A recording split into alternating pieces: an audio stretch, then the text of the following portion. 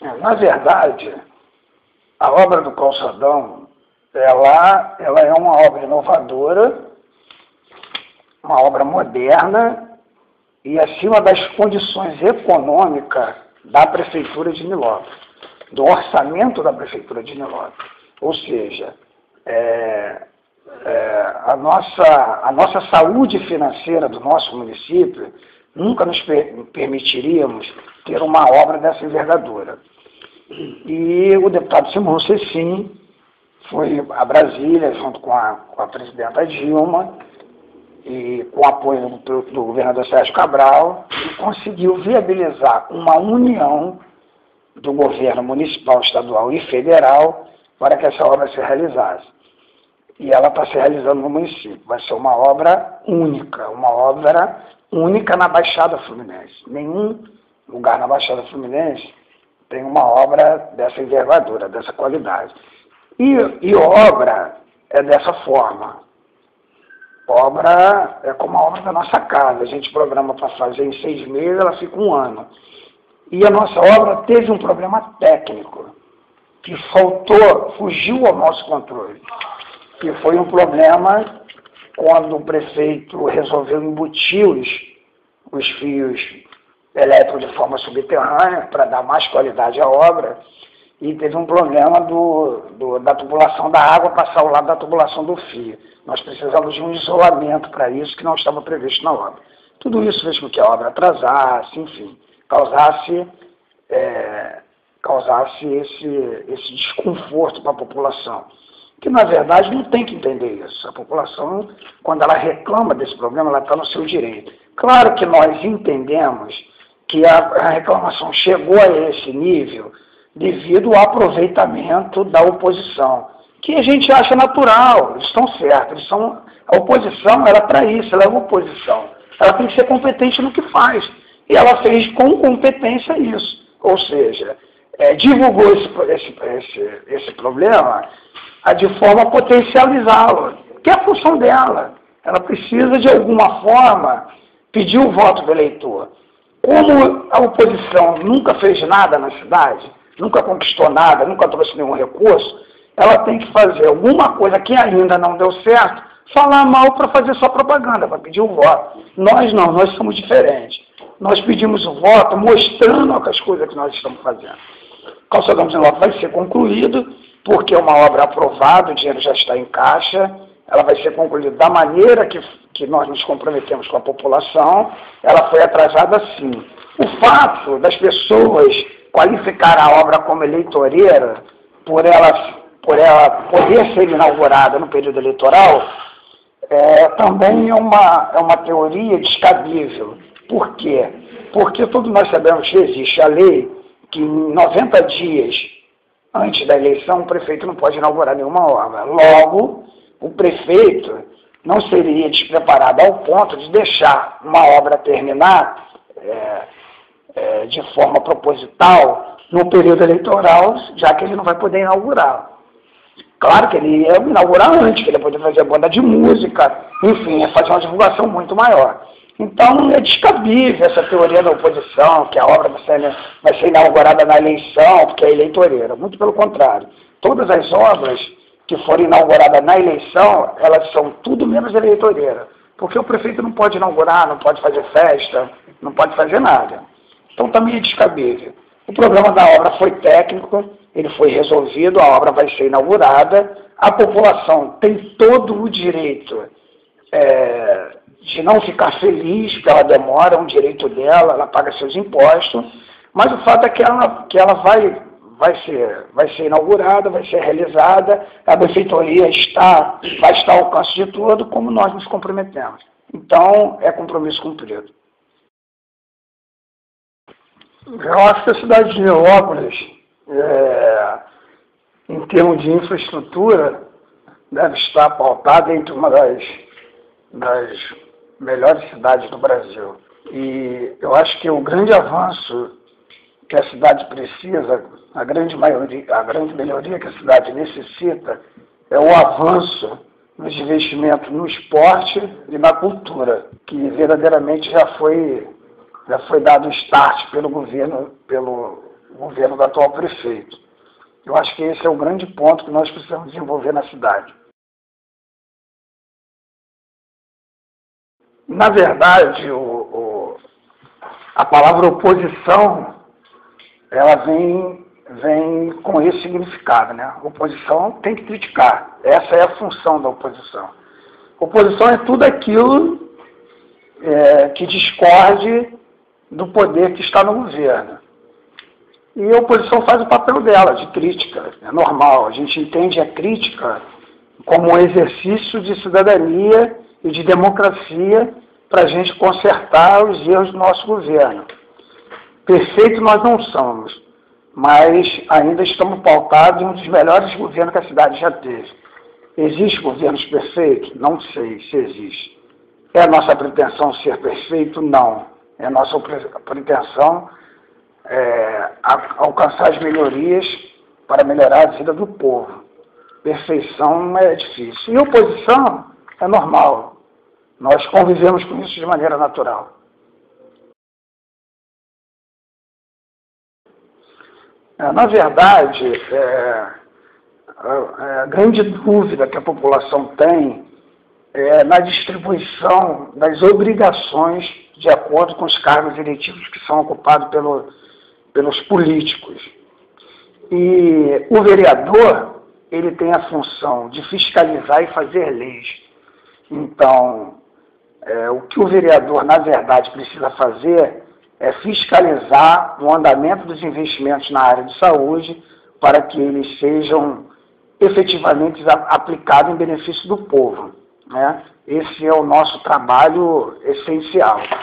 É claro que, quando a gente fala de saúde, muitas pessoas entendem que é colocar médico, é dar remédio, enfim.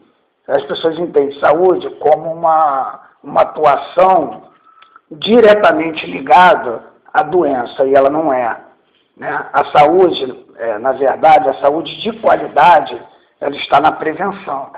E o que nós acreditamos, nós da equipe do vereador Alex Mello, que nós acreditamos que os investimentos que realmente darão resultado a longo prazo na saúde são os investimentos no esporte.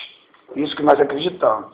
E para isso, a gente conseguiu ter um grande êxito trazendo o projeto Segundo Tempo às praças da cidade, que vai vir acompanhado das academias em praça livre, das academias para terceira idade, enfim, dos projetos que darão condições de nós prevenirmos doenças, e isso, no nosso ponto de vista, é investimento em saúde.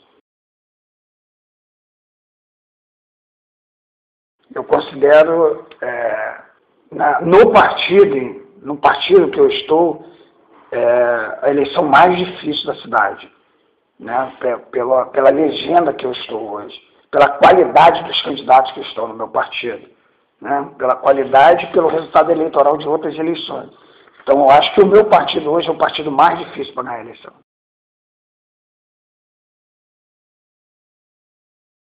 Na verdade, os projetos que eu apresentei na Câmara, todos foram aprovados. Alguns não foram concluídos, mas todos foram aprovados. Por exemplo, o da ginástica na praça, né, das academias ao ar livre, é um projeto que já está em andamento no governo federal, já foi aprovado, só não está funcionando, ainda não começou o funcionamento. Mas todos que eu implementei já foram aprovados. Eu sou o primeiro secretário na Câmara, né? Eu sou há três mandatos, primeiro secretário, estou no quarto. E graças a Deus eu tenho um bom relacionamento com meus colegas vereadores. E tenho facilidade em aprovar meus projetos. Nunca tive problema quanto a isso.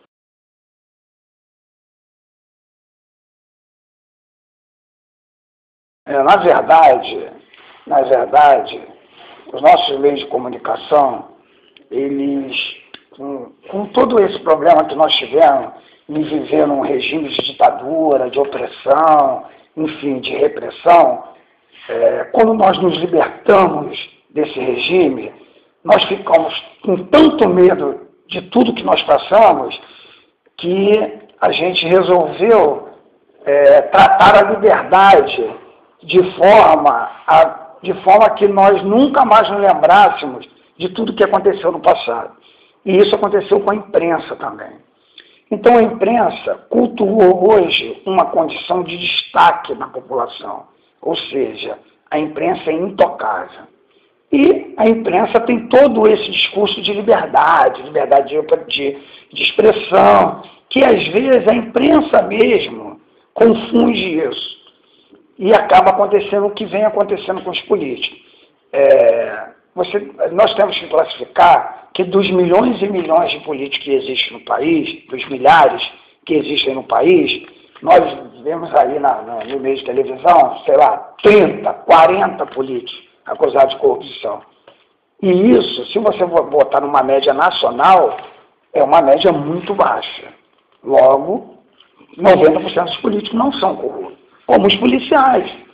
Dos milhares de policiais que tem no país, você vê aí, sei lá, 200 aparecerem em noticiário de corrupção. Logo, a polícia não é corrupta. Proporcionalmente não é. Mas a imprensa não vai conseguir vender jornal e ter seus lucros falando dos políticos que são honestos. E não interessa, notícia boa não interessa para ser divulgada. O que interessa é notícia ruim. É isso que a população lê.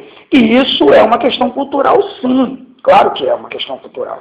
Mas o que acontece é isso. A imprensa precisa divulgar notícia ruim para vender seu jornal, enfim, vender seus programas, né, vender seus horários para propaganda. Por quê? Porque as pessoas precisam, nesses horários de pico, ter suas televisões ligadas para assistir essas notícias. E aí a imprensa vai falando o que quer. E acaba passando essa imagem para a população. Que na verdade, que o político atrapalha em vez de ajudar. E não é verdade. Se na verdade a classe política do Brasil fosse corrupta, o nosso país já estava num fatídico período de guerra, como existem outras nações por aí, que nós vemos no noticiário todo dia. E não é verdade. O Brasil é um país de paz porque ainda tem, na sua grande maioria, os seus políticos honestos, seus políticos sérios. E existem os corruptos também. Mas não só na política. Existe na medicina, existe juiz, existe advogado, enfim. Isso é uma questão de caráter, não é uma questão de cargo. No meu ponto de vista, a imprensa potencializa muito isso. E a população, por a imprensa ter essa facilidade de entrar na sua casa no período que você está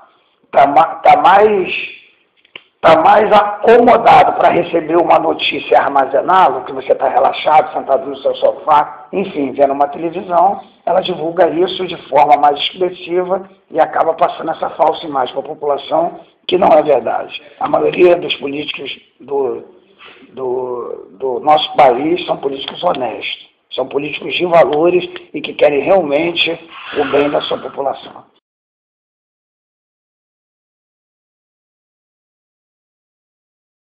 Foi o saneamento da cidade. Hoje a nossa cidade, em toda a sua totalidade, teve todas as suas tubulações trocadas, ou seja, o escoamento da cidade hoje, que o povo sofria com enchente, perder casa, enfim, repetir obras de asfaltamento, porque o saneamento era ruim, quando chovia, esburacava tudo de novo, enfim, jogar dinheiro fora. Isso não acontece mais na nossa cidade, porque o Sérgio teve essa preocupação. E acaba também sendo uma ordem de política sanitária também, porque a criança que não está ali, que não adoece, que não está exposta à urina de rato, enfim, a vermes, enfim, é tudo aquilo que esse acúmulo de água de chuva traz nessas grandes tempestades aí que nós sofremos. Eu acho que essa obra foi muito importante no governo do Sérgio.